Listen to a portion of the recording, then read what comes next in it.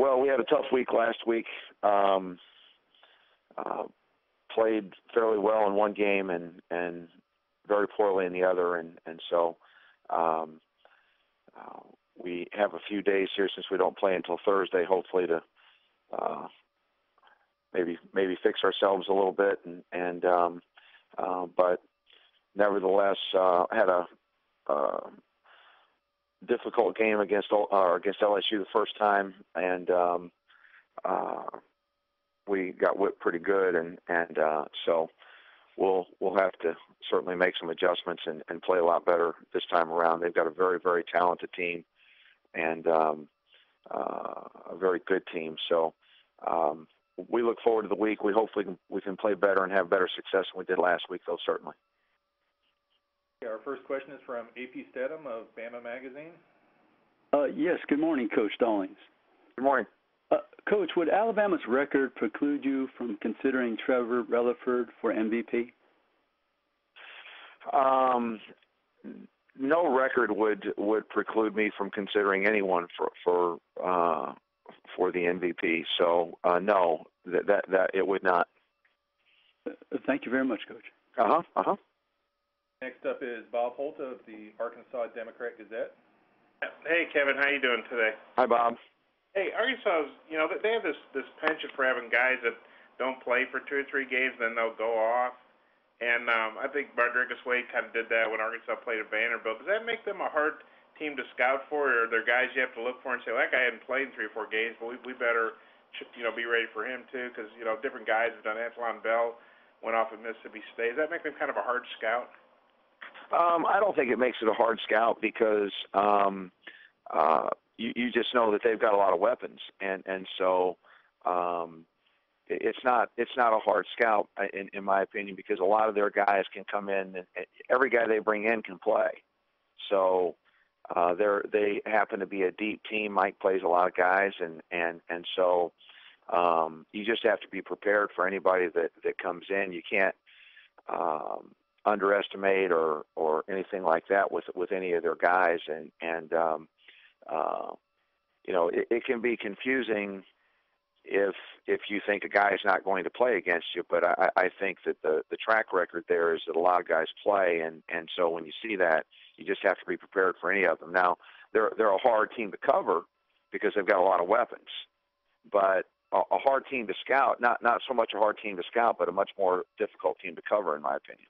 What do you think it says about Mike's, I guess the way he handles a roster, that guys can go 2 or 3 games and not even play and then come off the bench and maybe score 15 points or something? What do you guys says about the way he keeps guys ready even when it doesn't look like they're part of the rotation? That's awesome. I wish you would tell him if he doesn't need some of those guys to send them to me.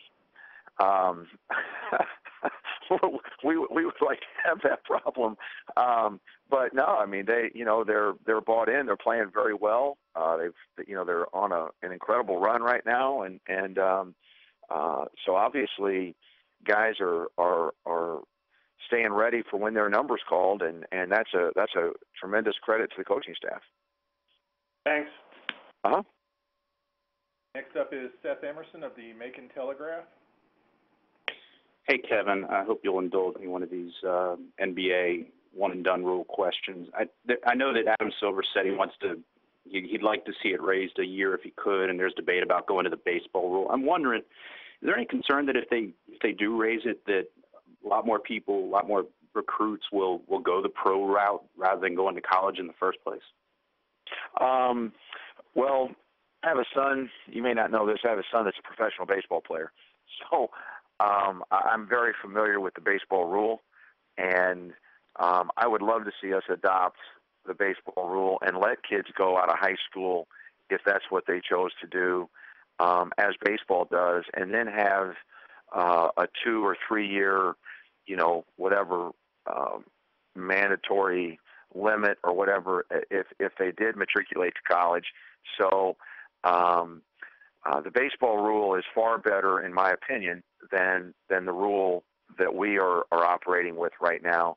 And I think it would be a lot healthier for our game if we adopted something similar to it. If a kid is ready, or if he thinks he's ready to go out of high school, I think we have this notion that we can protect these kids from themselves by going or by mandating that they go to college for 1 year, and I don't really believe that to be the case.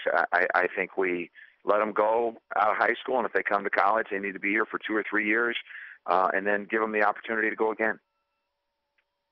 Is there anything college coaches or NCAA need to do in terms of communication with the NBA? Because it seems like right now the NBA kind of sets its rule, and you guys are kind of at their mercy. I'm not the best person to ask for that. I think that the people that have opinions on that in our game would say yes, that there needs to be an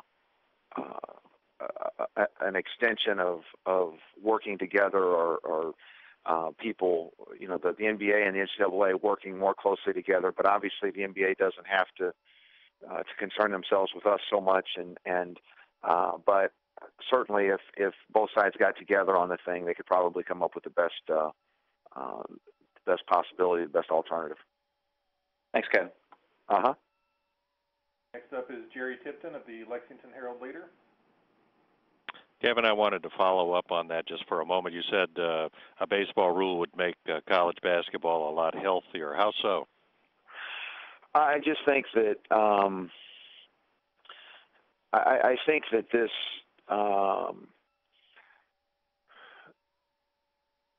this notion of, I think we have kids coming to college right now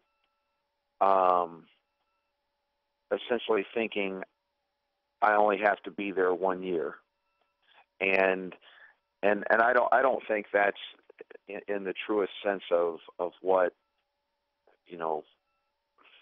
intercollegiate athletics is supposed to be, and so for me, if a kid wants to and can go to the NBA out of high school, I say we let him, and go ahead, and if you're good enough, go ahead. There's no reason that he should try to fake everybody and come to college for a year.